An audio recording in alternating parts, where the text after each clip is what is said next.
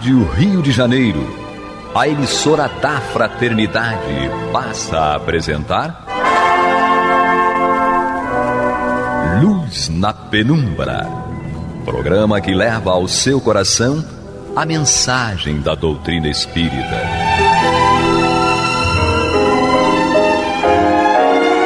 E agora, com vocês, Aloísio Guigino, Fátima Miranda e Eduardo Araújo, para o estudo da obra O que é o Espiritismo, de Allan Kardec. Olá, prezados amigos da Rádio Rio de Janeiro, sejam todos muito bem-vindos. Está entrando no ar o programa Luz na Penumbra, com o estudo do livro O que é o Espiritismo, de Allan Kardec, no seu capítulo 2, no tópico Comunicação com o Mundo Invisível. Então vamos nós aqui, o item é o item 31. Eu sou o Eduardo Araújo, estou na companhia de Aloísio Guigino, que está acertando a hora. Tá fora da hora aí o teu relógio, Aloísio Guigino? Tá fora do dia. Cumprimente os nossos ouvintes, por favor. Nosso abraço, amigos ouvintes da Rádio Rio de Janeiro. Vamos em frente. Graças a Deus, ele voltou a consertar o relógio. Maria de Fátima Miranda, que está rindo aí, seja bem-vinda, Maria de Fátima. Do Rolex do Aloísio. Caiu da Suíça para o Brasil. Isso aí tá mais para ser do camelô do Paraguai, ó. Esse relógio. A gente podia ver se dava um relógio de presente para a Luísa, hein, Miranda? Olha lá, eu fiquei até penalizado agora. Esse daí é de estimação, esse daí? Não, esse aqui é um relógio que não atrasa. De sustentação. Esse aí é o despertador? Não. Ele não tem despertador, não? Não, esse aqui não atrasa. Então tá certo. Então o relógio já ajustado. É bonito o relógio, Miranda, olha lá, tá bonito. Vamos voltar aqui para o nosso livro, que é o Espiritismo. Não temos tempo a perder aqui no nosso estudo. Capítulo 2, item 31. Allan Kardec diz o seguinte na voz de Maria de Fátima Miranda. No fenômeno designado pelo nome de mesas girantes e falantes, é ainda pelo mesmo meio que o espírito age sobre o móvel, seja fazendo mover-se sem significação determinada, seja produzindo golpes inteligentes, indicando as letras do alfabeto para formar palavras e frases. Fenômeno este designado pelo nome de tipologia. Quer comentar alguma coisa, Luiz? Tem muita coisa aqui. Porque esse fenômeno designado de mesas girantes e falantes foi o pontapé inicial para o interesse, despertar o interesse de um cientista, foi Kardec. Aliás, não era Kardec, era Hippolyte Léon Denisard Rivail, né? Ainda não era, porque não era Kardec. Kardec foi um apelido, um codinome que ele adotou, mas era Hippolyte Léon Denisard Rivail, um cientista extremamente conhecido na França e na Europa de um modo geral.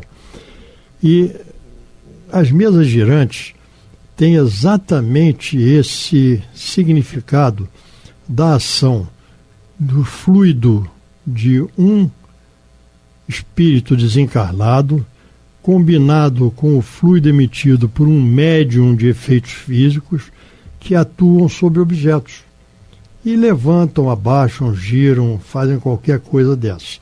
Kardec era um magnetizador, certo? Era um seguidor de Mesmer, certo? Então, quando isto acontecia, para Kardec, isso era um efeito natural, né?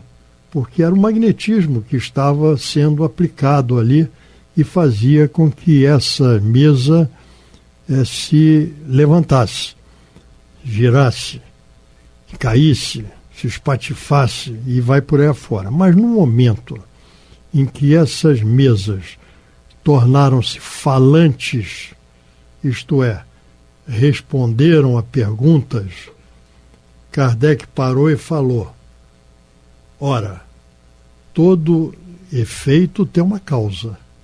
Todo efeito inteligente tem que ter uma causa inteligente. Qual é essa causa inteligente? E ele mergulhou e se deparou com os espíritos que já tinham estado aqui entre nós e estavam na vida espiritual. Então, isso deu origem à sua busca, à sua pesquisa, à organização daquilo que nós hoje conhecemos como doutrina dos espíritos. E é muito interessante porque ela nasce de uma consequência de uma coisa de um fato. Mesas, matéria que respondia perguntas, demonstrando uma inteligência, mas a mesa não era inteligente. Tinha que haver uma inteligência por trás de tudo isso. E essa inteligência por trás de tudo isso eram os espíritos que se manifestavam e combinando seus fluidos com dos médiuns de efeitos físicos. Mais adiante nós vamos fazer a diferença de mediunidade de efeitos físicos e efeitos inteligentes, faziam com que esses efeitos ocorressem. E até hoje continuam ocorrendo esses efeitos não de mesas mais, mas de transporte de objetos e a próprio tratamento físico espiritual, que o pessoal gosta de chamar de cura, eu não gosto. Sim. Certo? Eu acho que cura é uma coisa mais ampla, certo? Cura é uma coisa definitiva, mas o tratamento físico e espiritual ele é feito através da mediunidade de efeitos físicos, certo? A mediunidade chamada de cura é uma mediunidade de efeitos físicos. Nós temos chamados médiuns de cura, que são médiuns de efeitos físicos, certo? Então nós temos uma série de fenômenos de efeitos físicos, efeitos materiais, né? Isso aqui chamam de tipologia, mas não é só. Por exemplo, pintura mediúnica é uma mediunidade de efeitos físicos, certo? Então nós vamos verificando sempre a ação de um desencarnado que fluidicamente combina com fluidos de um encarnado e agem sobre objetos. Aqui ele lembra as mesas girantes. Nós nos lembramos das irmãs Fox, né? Nos Estados Unidos também as pancadas chamaram a atenção da família.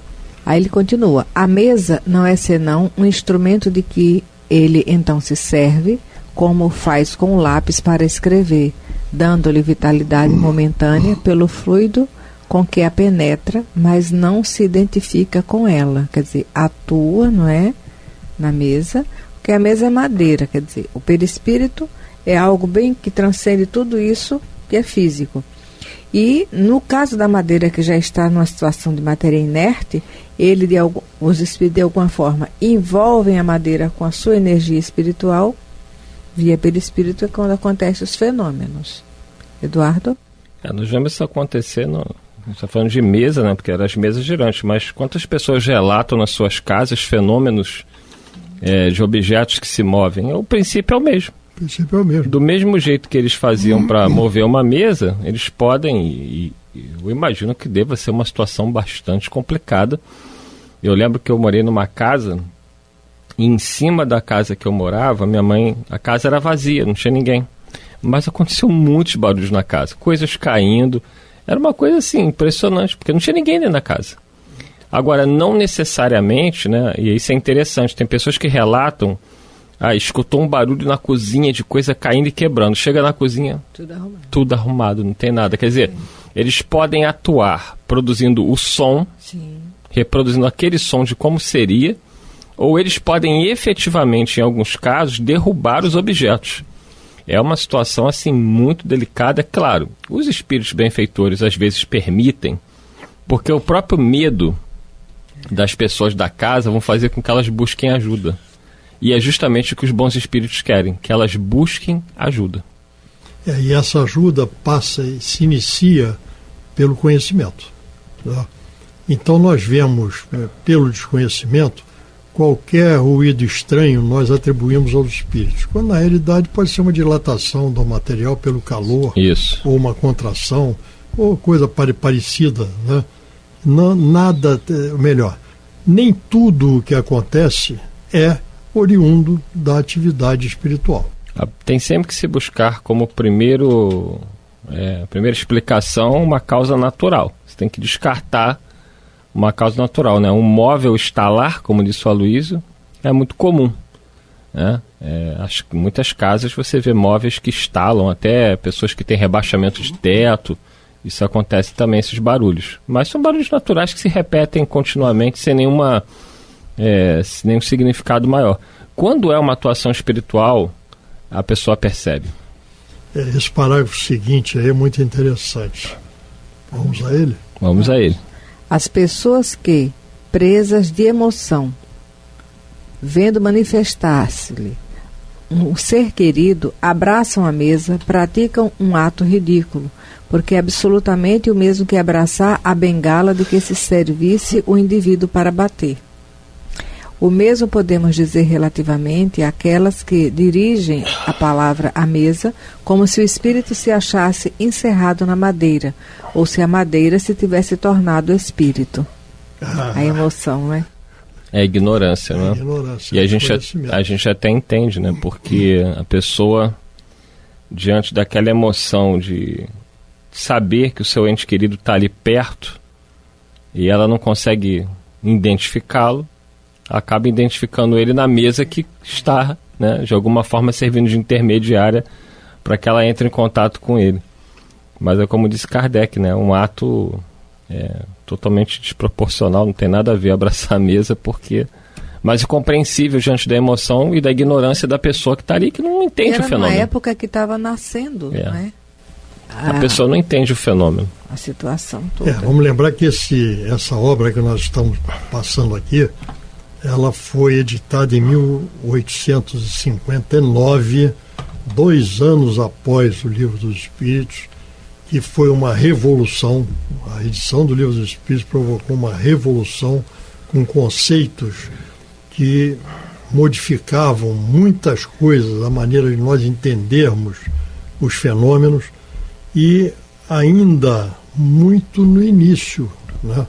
De lá para cá, muito mais nos foi dado a conhecer, né? Mas à época era ainda muito incipiente o conhecimento da ação, da atuação da espiritualidade em nossas vidas.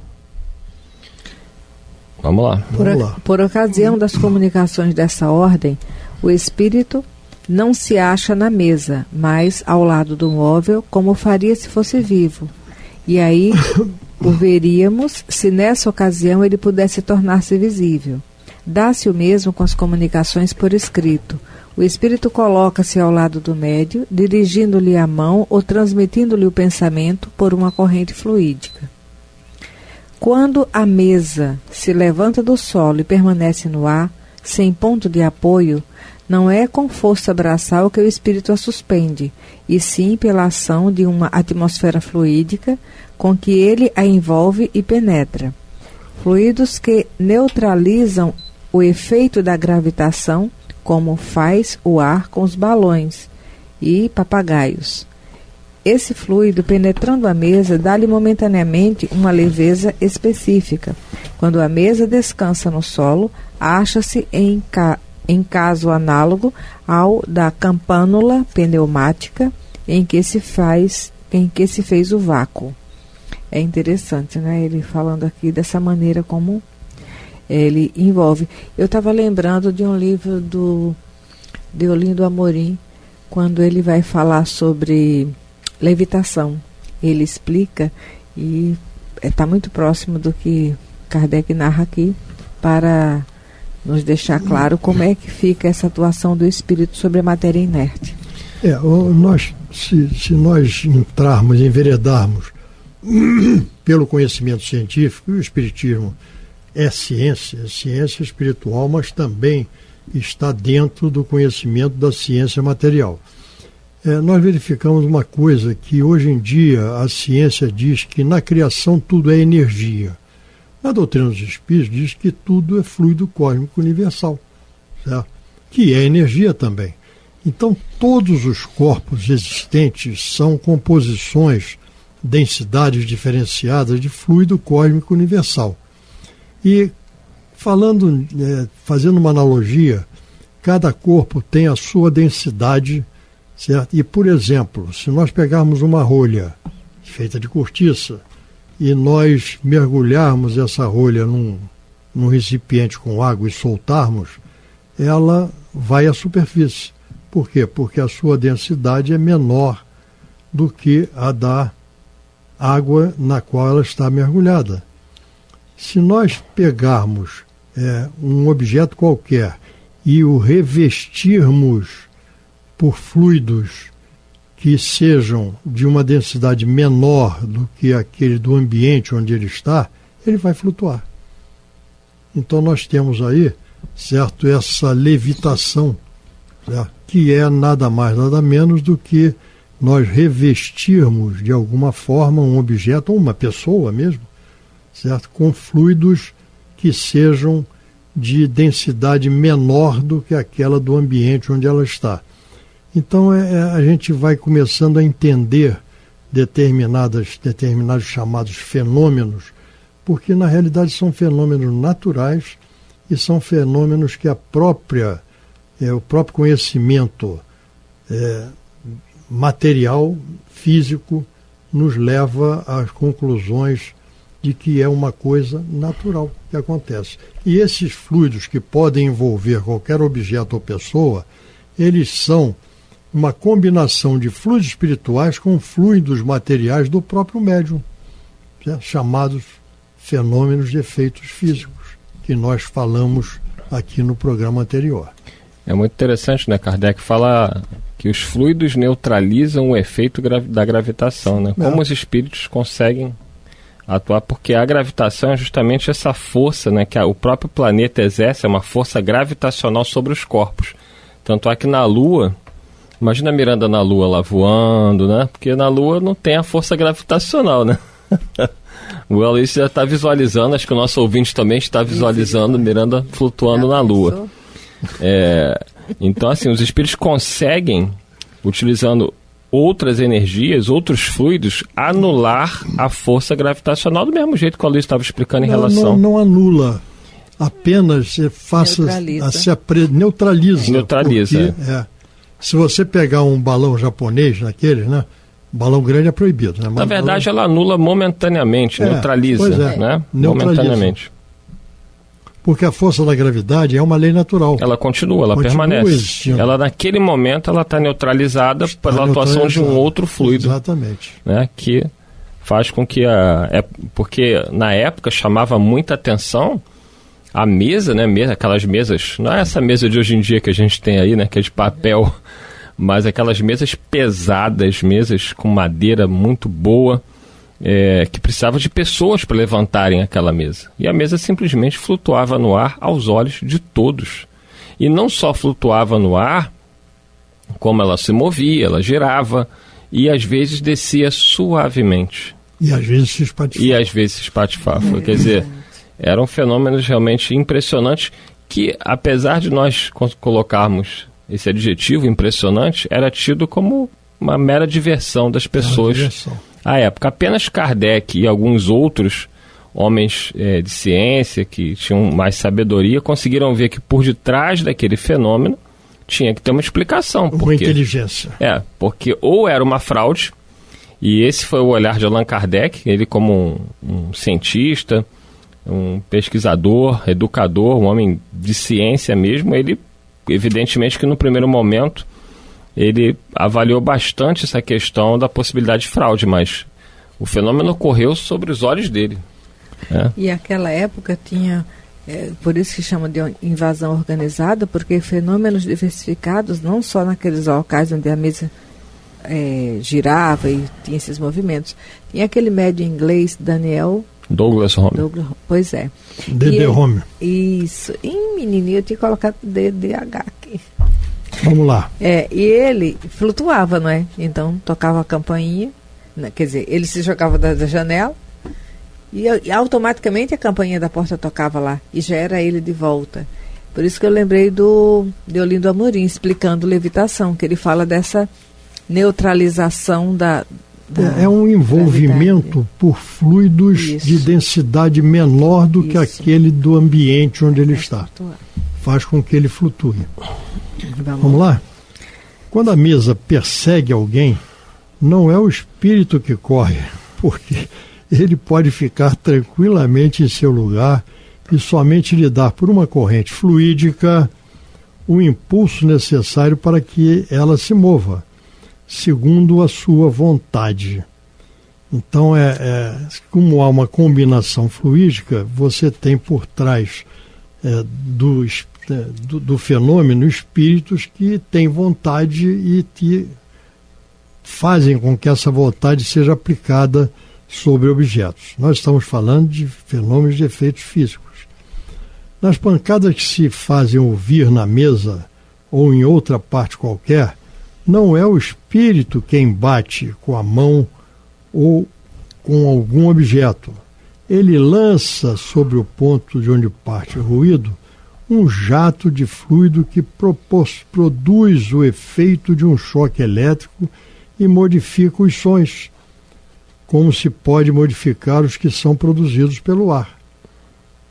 Nós, quando sopramos uma corneta, ao passar por uma determinada palheta, faz com que ela vibre e emita um som. E esse som nós podemos variar com a variação do fluxo de ar que nós fazemos passar. E aí nós temos uma música, né? Afinada ou desafinada, mas temos uma música. Não é? Não adianta. Não adianta. O fluido tem que estar no microfone, assim, ó, entendeu? O fluido. Mas ele estava falando, olhando para você. Assim, é porque ele fica encantado com a luz que emana do seu perispírito. Ele está encantado com outra situação agora. A aura, como é que fala? Aura? É aura? Aura. A aura de Maria de Fátima Miranda. Não, mas não é bem a da Maria de Fátima Miranda. Mas vamos terminar esse parágrafo aí, esse tópico aí. Assim, facilmente se compreende a possibilidade de o espírito erguer no ar uma pessoa, como levantar um móvel qualquer, transportar um objeto de um ponto para o outro lugar, ou atirá-lo a qualquer parte. É uma só lei que regula tais fenômenos. Lembrando que nem todos os espíritos que realizam esses fenômenos têm consciência de como os realizam. Às vezes eles fazem isso de uma forma que eles próprios não entendem. Kardec até questiona isso algumas vezes em O Livro dos Médiuns, porque tinha um espírito tocando piano. E Kardec falou, ele realmente pousava os dedos sobre as teclas. Aí o espírito falou, olha, ele acredita que está fazendo, mas não é com a força, ele não tem mais o corpo físico para tocar ali. Mas na mente dele é como se ele estivesse tocando como estaria encarnado. Tem uma história no Livro dos Médiuns muito interessante que vem ao encontro disso que você está falando, que um indivíduo, vou abreviar pelo tempo, um indivíduo comprou uma casa e todo dia aparecia umas pelotas de lama presas na parede externa da casa e ninguém descobriu o que era. Depois de muito tempo, polícia, etc., ninguém descobria, e eles apelaram para a Sociedade Parisiense de Estudos Espíritos e lá, com a permissão de São Luís, que era o mentor da Sociedade Parisiense de Estudos Espíritos, manifestou-se um espírito e perguntaram a ele, mas você que faz? E como é que você faz? Eu não sei. Mas como é que é então essa coisa? Não, eu desejo fazer, certo? E eu sei que tem alguém que me ajuda. É alguém que mora na casa e que me ajuda. Com a energia. E aí especularam, e esse alguém era a cozinheira da casa, que não sabia nada disso e tinha um medo que se arrepiava de espírito. Mas, no entanto, era uma médium de efeitos físicos que cedia os seus fluidos, que combinados com o do espírito desencarnado, pela vontade dele, fazia com que essas pelotas fossem arremessadas. Então nós estamos vendo aí duas coisas importantes. Primeiro, como é que se processa o fenômeno. Sempre tem que haver um médium de efeitos físicos. Toda manifestação espiritual exige um médium, seja de efeitos físicos ou não. E o segundo é que fica para o próximo programa. É isso aí. Muita paz a todos e até lá. Muita paz. Que Jesus nos conduza. Você está ouvindo o programa Luz na Penumbra.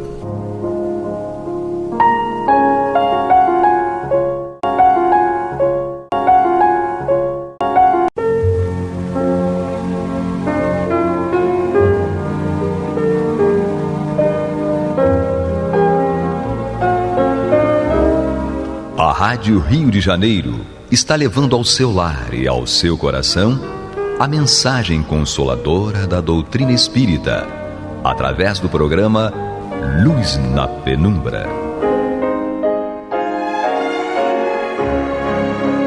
E agora com vocês, Bill Fabiano e Renato Souza, para comentar os textos da Revista Espírita de Allan Kardec no período de 1859 a 1869.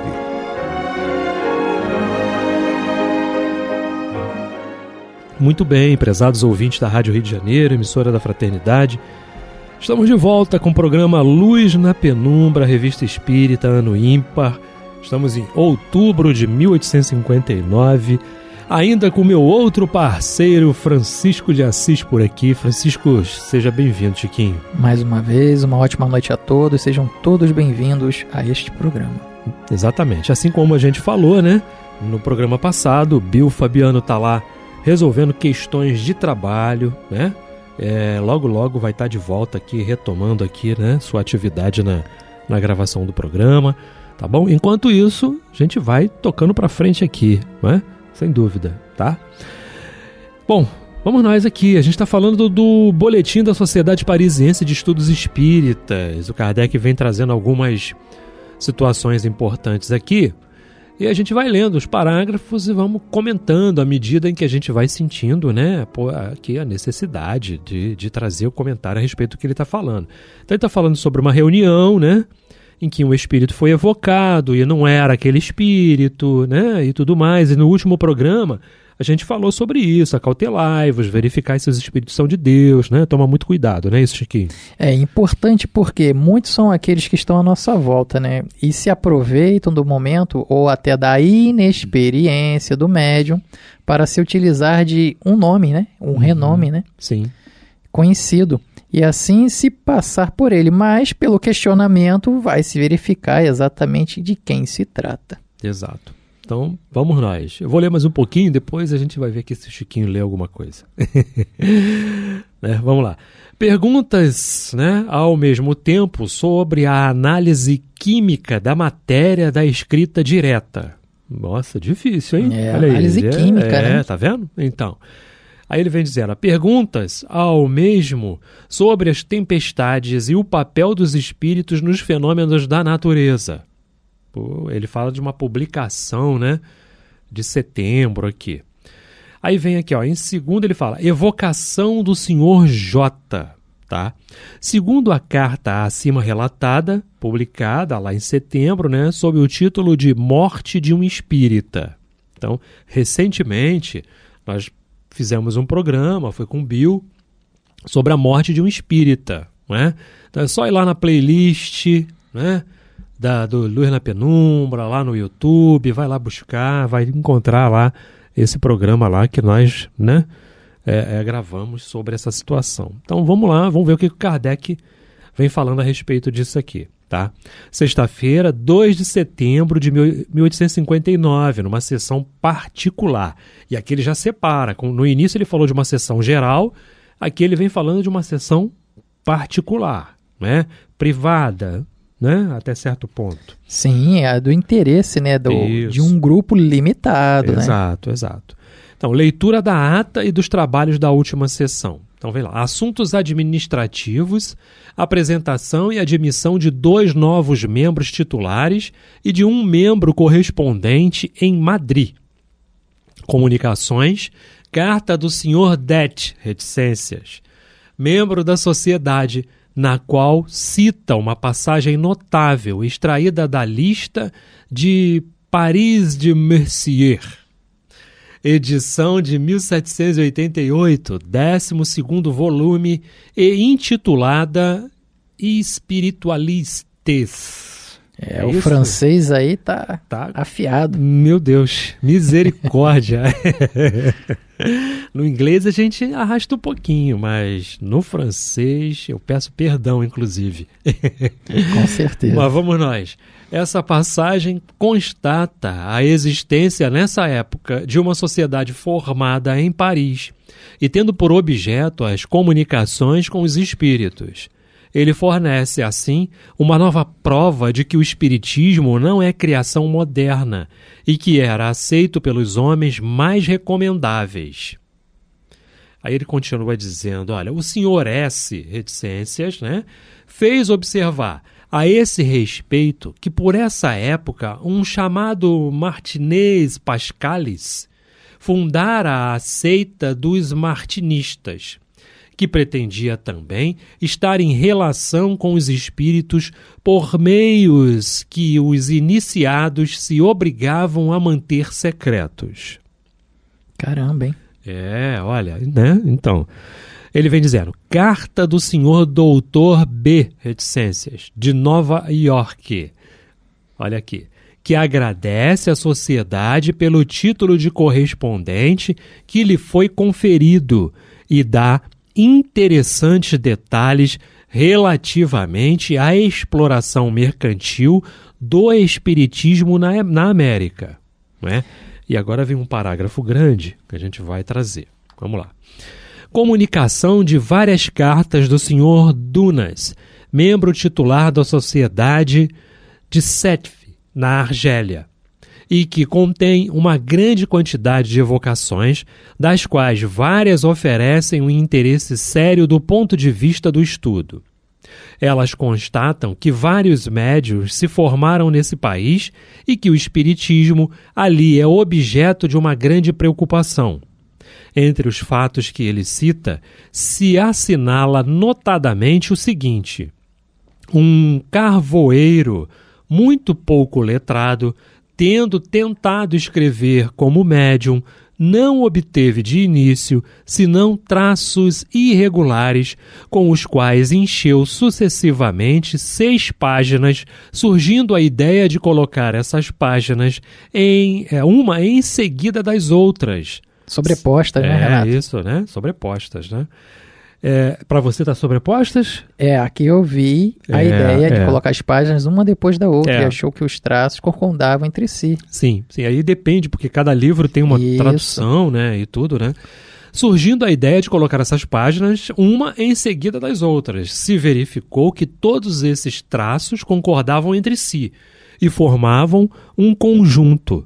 Depois, essa mesma pessoa escreveu páginas inteiras com uma grande facilidade, mas a abundância, a prolixidade e a natureza de certas comunicações podem fazer temer uma obsessão. Chiquinho, o que falar sobre isso? Temos que entender o fenômeno que se acontece, né? Porque, digamos, se o espírito comunicante tem a intenção de trazer uma mensagem, e o seu conteúdo não nos observa algo que seja do interesse ou que possa ser aproveitado com finalidade educativa, né, um fim útil, qual seria a intenção dele, né, desse espírito que desejava se comunicar? Ele poderia estar fazendo gravuras, fazendo desenhos rupestres, mas isso não atenderia à necessidade daquela proposta. Perfeito. É interessante que ele fala aqui, olha, porque ele termina dizendo assim: podem fazer temer uma obsessão. O obsediado e o obsessor, não é? Eles têm inteligência também, não é? Eles sabem estar atentos nas comunicações, porque elas podem ser derivadas, não é, de espíritos que não têm compromisso com o evangelho. E olha, e aí é aquela questão que a gente ouve falar, né? Cuidado, que o guia, o mentor, o anjo, ele não diz para você, vai lá e faz isso, né? Ele recomenda, ele alerta. Olha, observa, que esse caminho, né? Esse caminho aí não tá legal não é? Agora, aquele que chega para você e diz, vai lá e faz, e você diz assim, meu mentor, meu guia tá mandando eu fazer. E aí, Chiquinho? Olha que você pode colocar os pés pelas mãos. Exato. Até porque se ele disse para fazer, certamente alguém com um porte maior, né, alguém jamais experienciado no espiritismo ou até propriamente na doutrina, já teria realizado essa tarefa, né? Seria algo que aqueles que estão lá no comando, direcionando o trabalho, não teria percebido, que não é muito comum, né? A gente observar, né? Uhum, perfeito. Vamos lá, ele continua, né? O senhor Allan Kardec dá conta de um fato de manifestação espontânea que se produziu em sua casa, numa reunião e em circunstâncias notáveis. A princesa S, presente à reunião, testemunhando o desejo de evocar o doutor... O nome dele, Chiquinho? Olha, é difícil. É difícil esse nome? Bílfilis. Bílfilis. Eu acho que é, né? isso. Seu médico, morto de 7 a 8 meses, 3 médiuns, entre os quais se encontrava a filha da princesa, muito boa médium ela mesma. Interessante a tradução, né? Foram tomados por movimentos convulsivos violentos, partindo os lápis e rasgando o papel. O espírito intimado, né, a se fazer conhecer, acabou por dizer, depois de muita hesitação, que não ousava dizer o seu nome. Acossado por perguntas, respondeu que sabiam o seu nome pelos jornais, que era um miserável, que ele havia matado, que fora o jovem açougueiro, não é? Assassino da rua do Roquete. Isso. Executado recentemente. Não é? Olha, é engraçado que a gente se lembra de algumas ocasiões em que as pessoas às vezes chegam, os espíritos chegam até para dar comunicações e tem esse comportamento agressivo mesmo, né? O Chiquinho na mesa. Enfim, até nos trabalhos mesmo de desobsessão e tudo mais, chegam querendo, né? Com movimentos bruscos e tudo mais, né? Sacudindo, né, o próprio médium, né? E o importante aqui, quer dizer, ou melhor, uma das considerações que vamos trazer é a seguinte: a influência do espírito sobre o médium, as impressões que o médium tem a respeito da sua própria mediunidade e quando encontra a sintonia, começa a extravasar, dizendo ser o espírito, né? Aquilo, na maioria das vezes, parte do próprio médium, né? Não podemos esquecer da questão da educação mediúnica, o comportamento e o pensamento do médium influenciam muito a manifestação. Além disso, temos um caso muito parecido, se não for este, na revista, ou melhor, no livro O Céu e o Inferno, onde um espírito endurecido se manifesta rasgando as páginas, tentando escrever, quebrando as pontas dos lápis, e então naquele momento, com muita fúria, ele não consegue escrever nada. Em outro momento, posterior, em outra reunião, ele consegue traçar algumas palavras e consegue pedir misericórdia a Deus. Muito boa lembrança do livro Céu e Inferno, com certeza. Aí ele continua dizendo, interrogado sobre os motivos de sua presença, sem haver sido chamado, ele disse que fora enviado por outros espíritos, a fim de convencer que os médiuns não escrevem seu pensamento. O terminou pedindo para que tivessem a bondade de orar por ele, porque se arrepende de sua conduta e que ele sofre.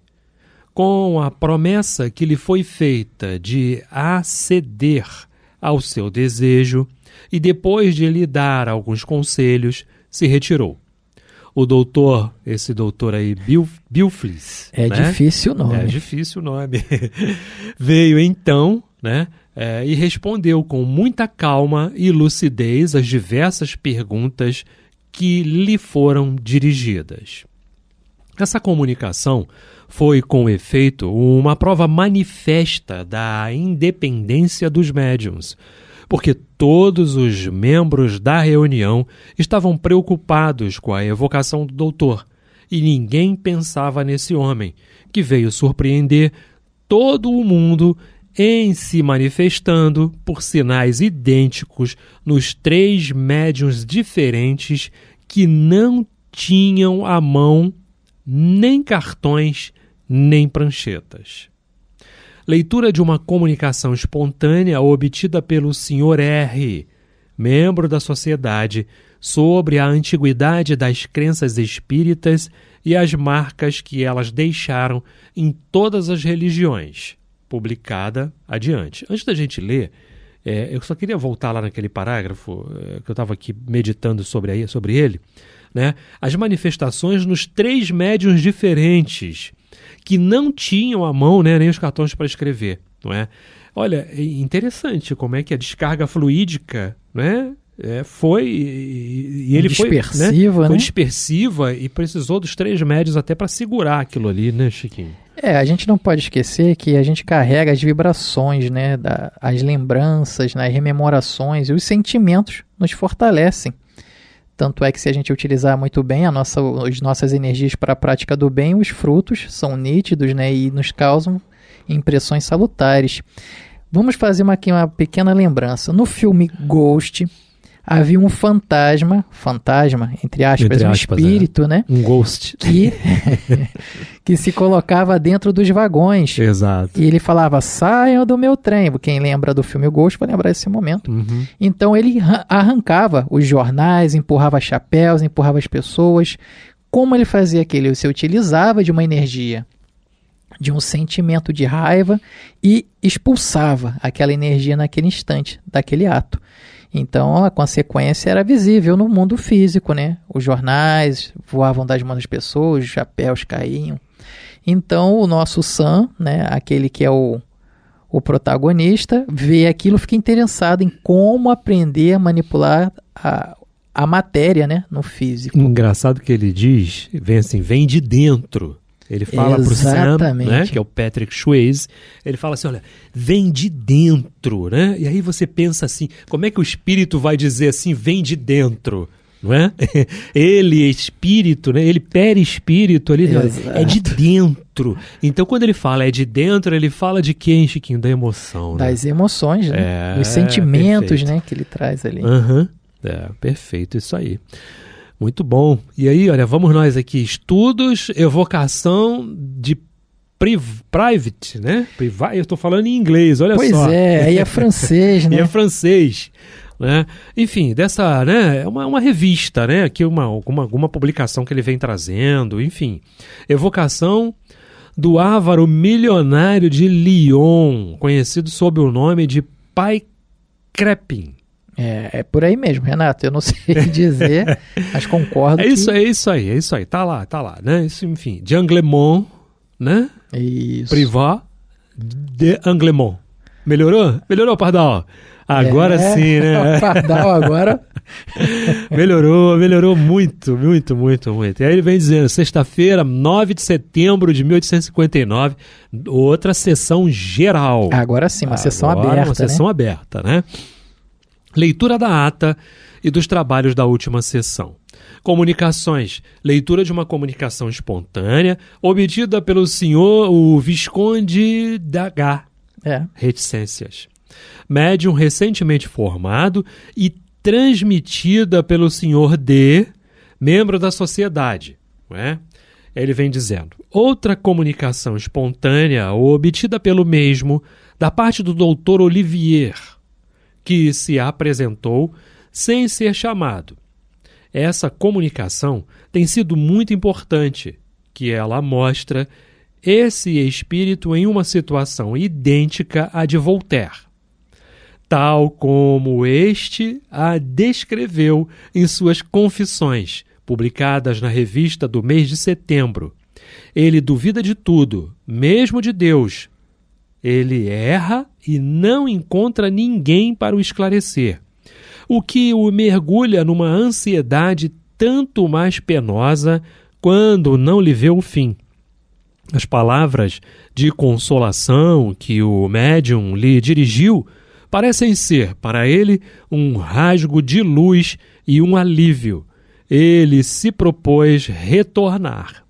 Interessante que ele fala, ele não encontra ninguém para o esclarecer. Será que ele quer ser esclarecido? Talvez só usasse da linguagem, né? Ou da oportunidade do momento. Né? Você quer? Olha, vamos lembrar que Jesus sempre perguntou, você quer? Né? Fala e ratifica o que você está pedindo para mim. Senhor, cura-me, eu preciso ver, né? Devolve-me a visão. E ele chega e pergunta no caso dos cegos de Jericó. Não é isso? Ele chega e diz, você quer realmente ver? Você quer realmente enxergar? Então você precisa ratificar. Ratificar de que forma? Olha, a boca fala do que está cheio, né? O coração. O coração. Então tem que vir dali. Ratifica para mim que você quer. não é? Como diria o fantasma, vem de dentro, né? Vem de dentro. Bem lembrado. Isso aí. Vem de dentro, com certeza. Bom, ele diz assim, ó.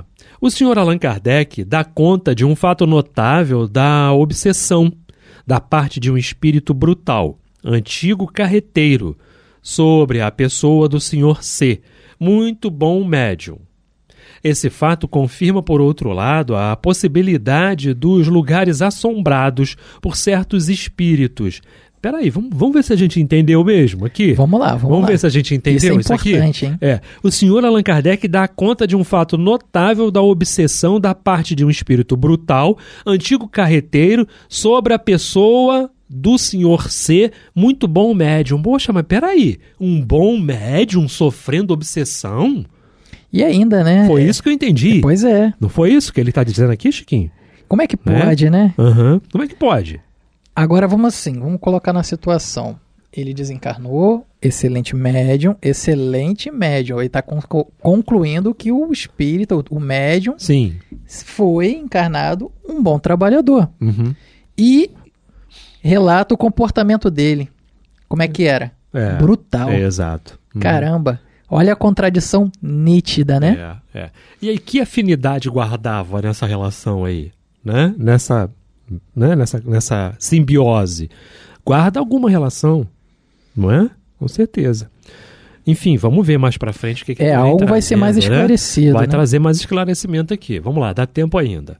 Os espíritos barulhentos de Madrid, relação de um fato narrado sem comentário por um jornal de Madrid, a respeito de uma casa dessa cidade, que os ruídos e os transtornos noturnos tornaram inabitável e contra os quais as investigações e as medidas da polícia haviam fracassado.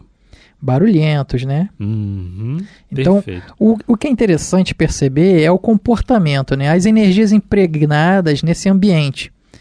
Ruídos, o fenômeno físico acontecendo, né? Desordens noturnas. Aí a questão principal, né? Tornaram inabitável. Comportamento isso de espíritos que estão ali com uma dificuldade muito grande de desencarnarem, né? Sim, sim. Eu falei desencarnarem. Desencarnarem. Né? Então, ou seja, eles deixaram a matéria, mas continuam com as reminiscências do corpo físico. Morreram, deixaram o corpo, mas não despreenderam-se das energias. Tem uma passagem no livro dos médiuns, eu não vou lembrar agora o capítulo, mas que fala daquelas... os espíritos que faziam aquilo tudo dentro da casa delas, porque elas viviam falando mal dos outros. As influências, né, das ondas vibratórias deles. Isso. Né? Mas por que vocês fazem? Por que você faz isso? Porque elas vivem falando mal dos outros, elas vivem acusando os outros, elas vivem desferindo palavras de julgamento e tudo mais. E elas não entendiam por que acontecia tudo aquilo dentro da casa delas. Está lá no livro dos médiuns, não é? Com certeza. Inclusive a gente falou sobre isso num programa aí, A Consolação de Jesus. Nós falamos sobre esse tema aí, que é super importante. A gente está sendo observado o tempo todo e guardamos alguma relação. Então, por mais evoluído que você acha, né, que esteja, que seja até, tem sempre alguma coisa, que senão a gente não estaria aqui num planeta de provas e expiações. Estamos sujeitos às influências, estamos sujeitos às vicissitudes, estamos sujeitos a uma série de situações, né, Chiquinho? Está acabando. É impossível a gente ficar sem ter uma relação de sintonia com alguém, né? Por mais que seja difícil, eu sou sozinho, ainda assim existe o nosso espírito protetor, o nosso guia, aqueles afins que também se sentem sozinhos, que se encontram dessa forma. Mas em relação de sintonia, ninguém está sozinho. Não, perfeito, exatamente. Então, vamos nós, né? O programa está chegando ao final, segunda, sexta-feira de março, não é isso? Chiquinho ainda vai estar por aqui ainda nas próximas sextas-feiras. Eu acredito que sim. Com certeza vai estar sim, sem dúvida, né? Vamos ver. Né? O programa está chegando ao final, Luz na Penumbra. A gente vai voltando na próxima sexta-feira, 21h30, ok? Não se esqueça lá, Clube da Fraternidade, tá bom? 3386-142221 é o código de acesso aqui da cidade do Rio de Janeiro. Você tem todas as informações para fazer parte aí dessa emissora da Fraternidade. Grande abraço a todos, até o próximo programa. Chiquinho? Uma ótima noite a todos.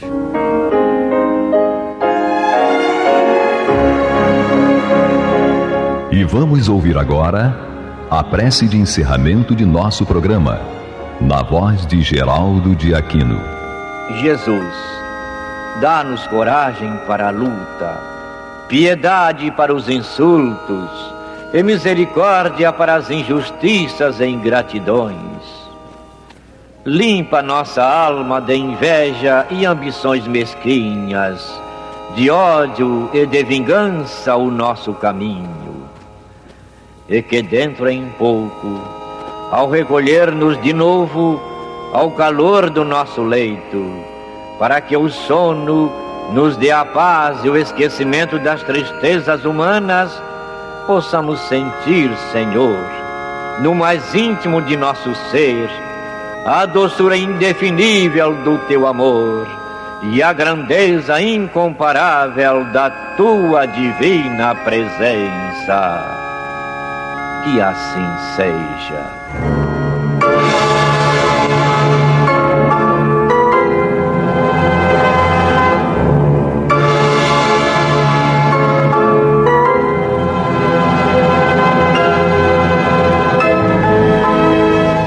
Acabamos de apresentar o programa Luz na Penumbra, que voltará a ser apresentado na próxima segunda-feira, às 21 horas, nesta emissora.